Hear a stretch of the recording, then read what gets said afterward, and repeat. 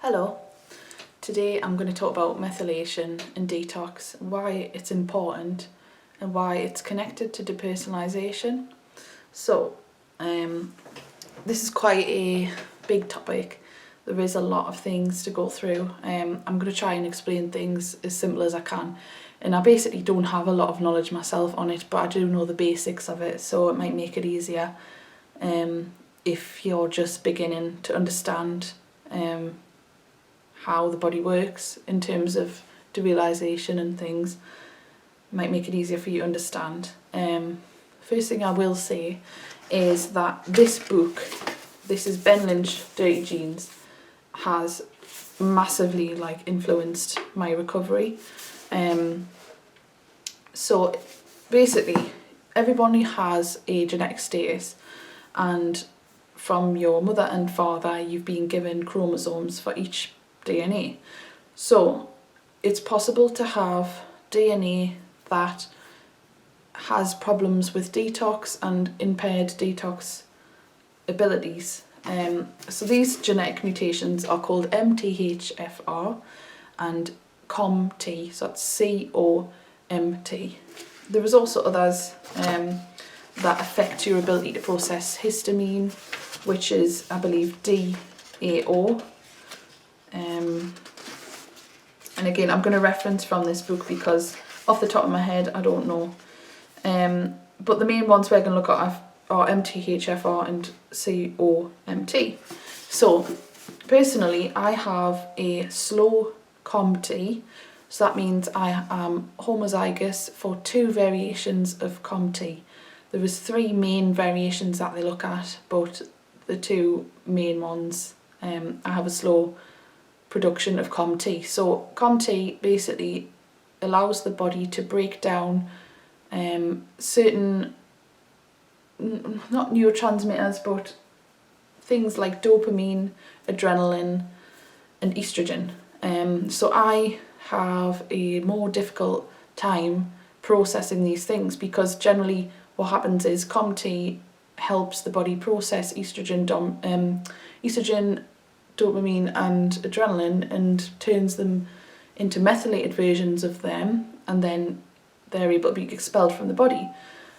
But for me, these, I guess, hormones and neurotransmitters linger around and then provoke effects that, you know, negatively impact my health, like depersonalization and, you know, things like estrogen dominance is quite prominent in me, and I have quite severe PMS. There is other things like I can't smoke cannabis because cannabis increases the dopamine in the brain, and I already have too much dopamine, so that's what sends me nuts and gives me an attack of depersonalization.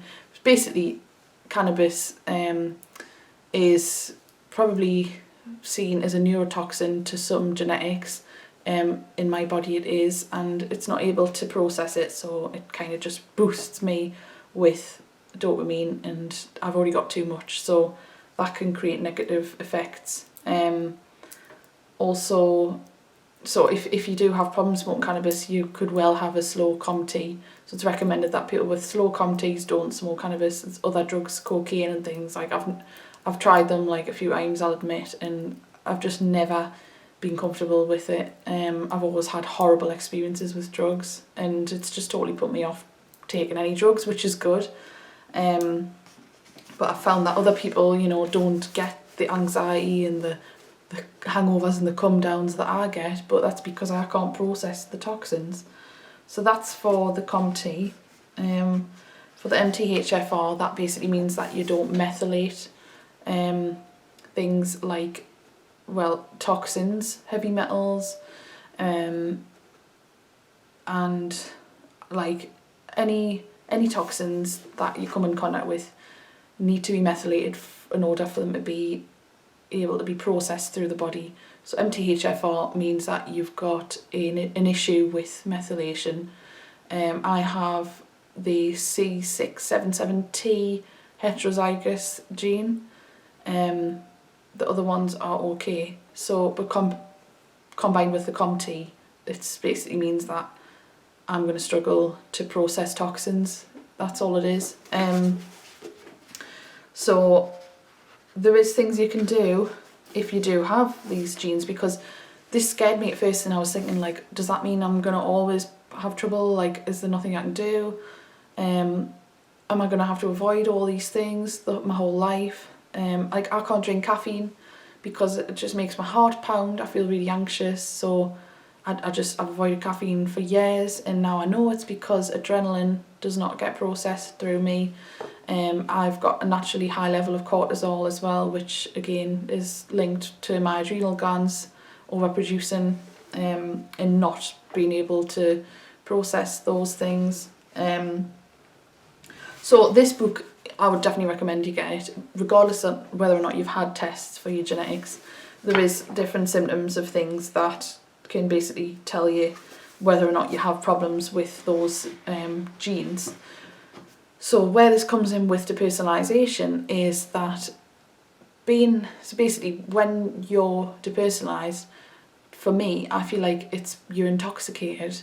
Your brain is intoxicated with toxins, and that's why you feel spaced out. You feel like, not connected to the world. You know what the symptoms are. I feel like toxins have a massive play in this. I've always had depersonalization when I'm hungover. It goes away usually after like 3 days or even 2 days. I'm okay. But like I used to say to people, I feel all spaced out, like why? And they never used to feel like that, and now I know it's because I've got these genes that like don't allow me to flush out and detox properly.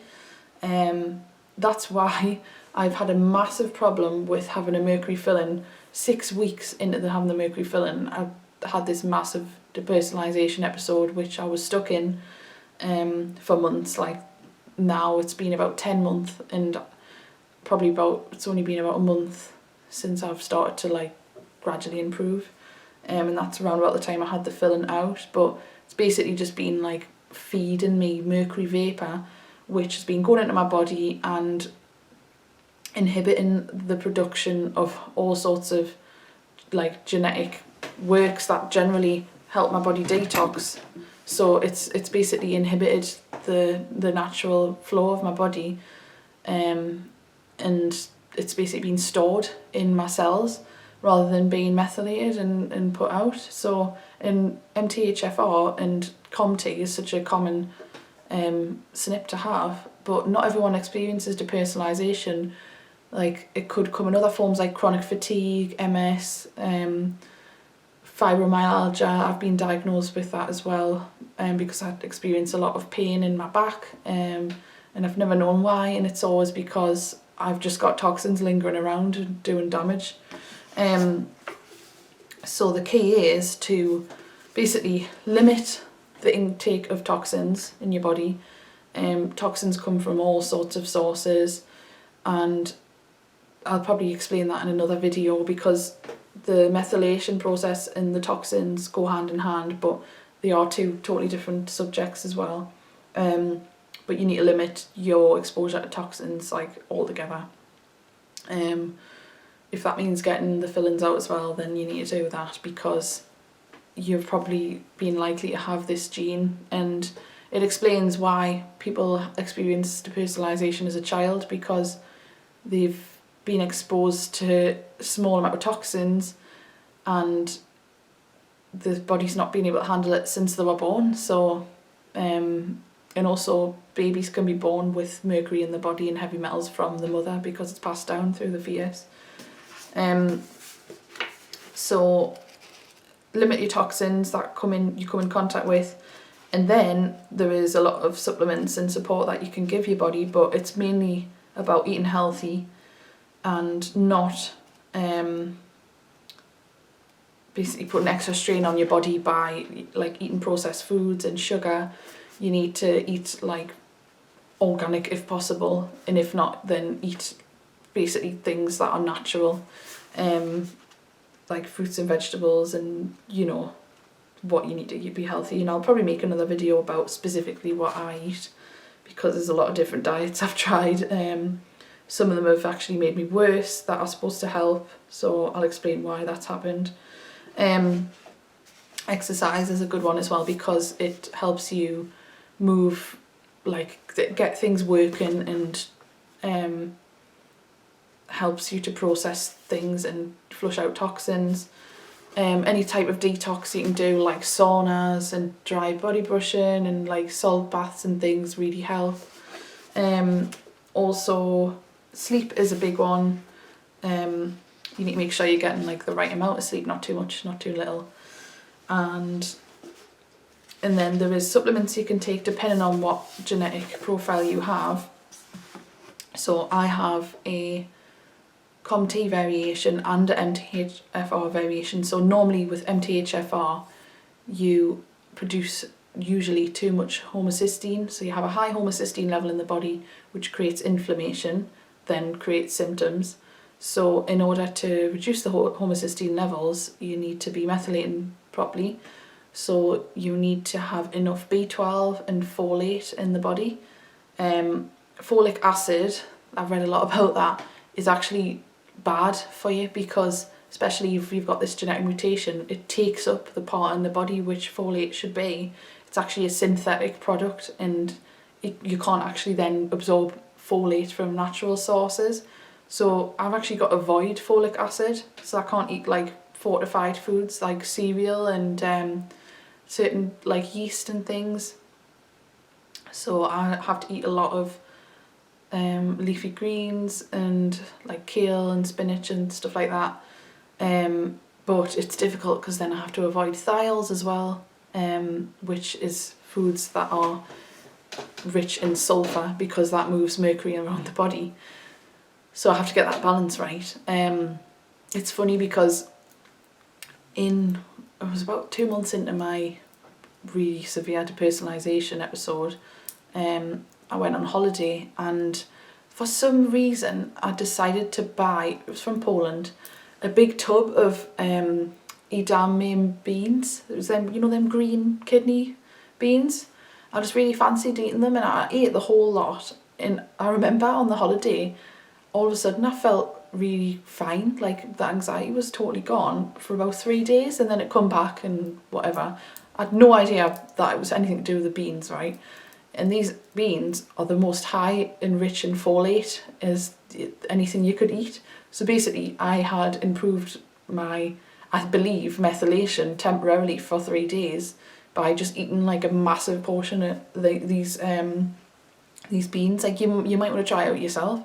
But be careful because the beans are rich in thiols, so that could possibly make a mercury problem worse.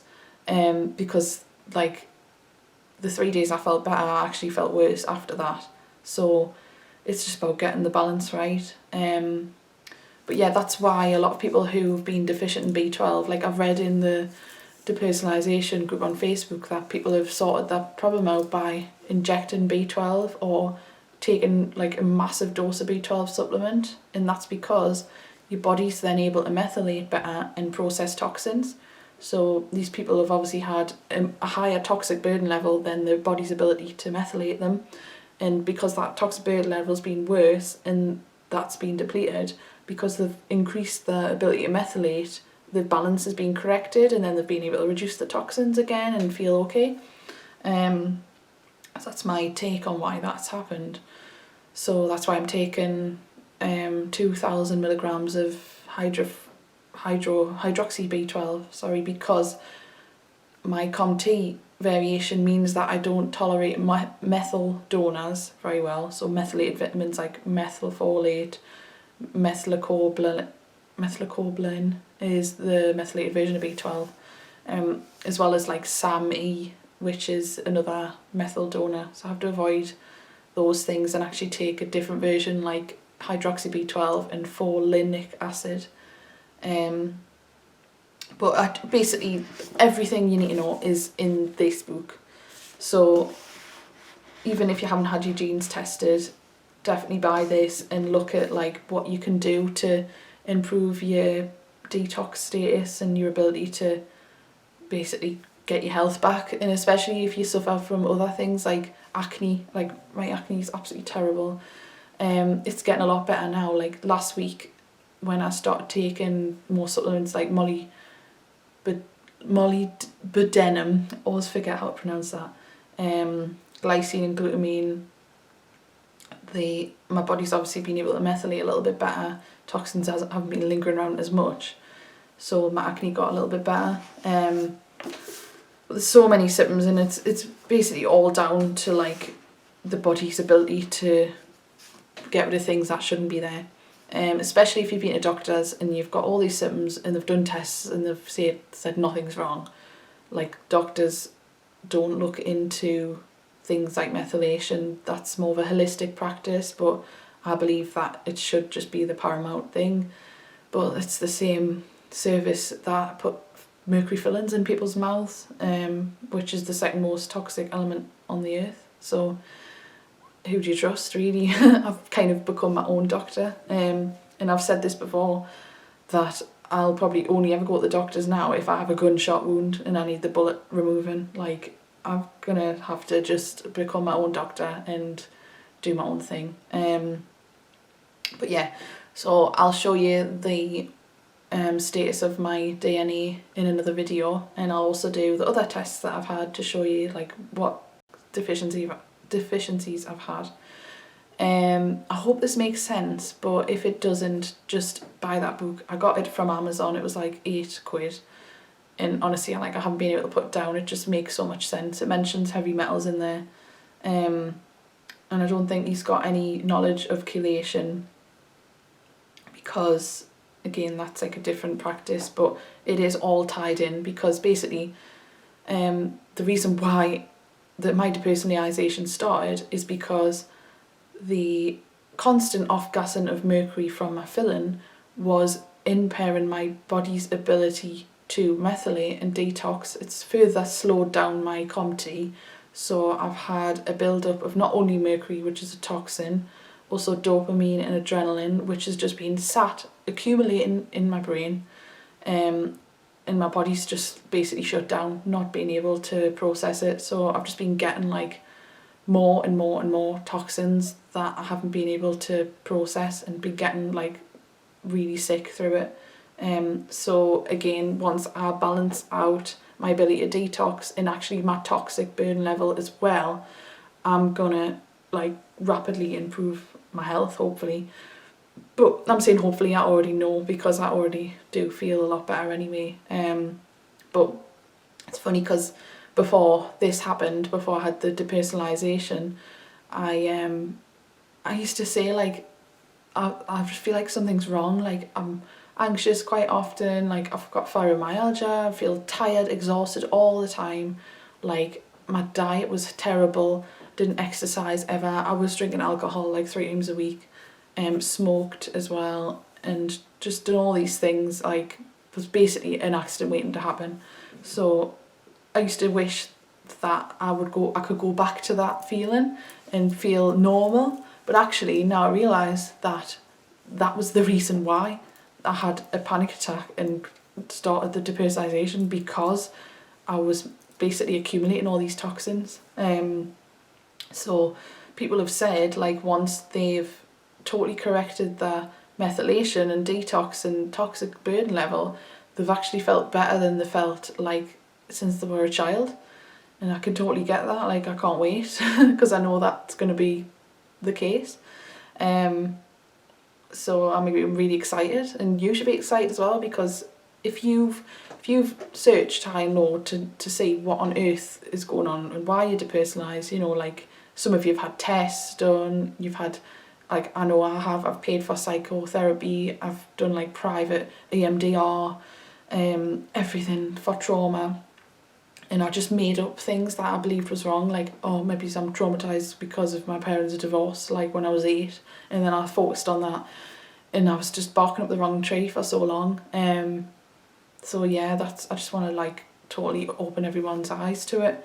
I'm actually writing a book about this, and it's not a scientific book at all. It's actually just my personal experience from recovering from depersonalization.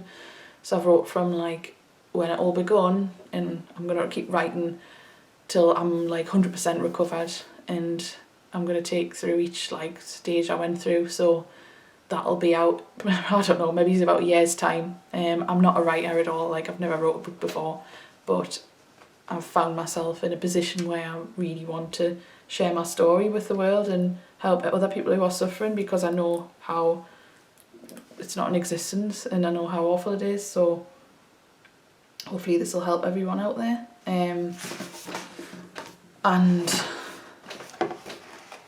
when I make these videos, I basically have a few ideas of what I'm going to go through, but you know, this isn't covering everything about toxins. Like, this is only a basic level.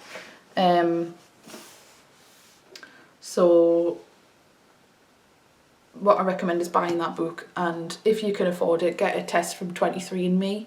It doesn't actually show your detox genes, but you can put it through a site like Genetic Genie, which is free, and then that tells you your status of DNA. So I'll show you my results in another video. I hope this has helped. I hope this has made sense as well. Let me know if it hasn't. I'll try and answer any questions that you've got. Also, like a lot of these things I've said are my opinion. I'm not a medical doctor at all. Like, a disclaimer that you should obviously consult with a medical professional before taking any action for your health. So this is just based on my personal experience. So yeah, I'll see you in the next video. Thanks.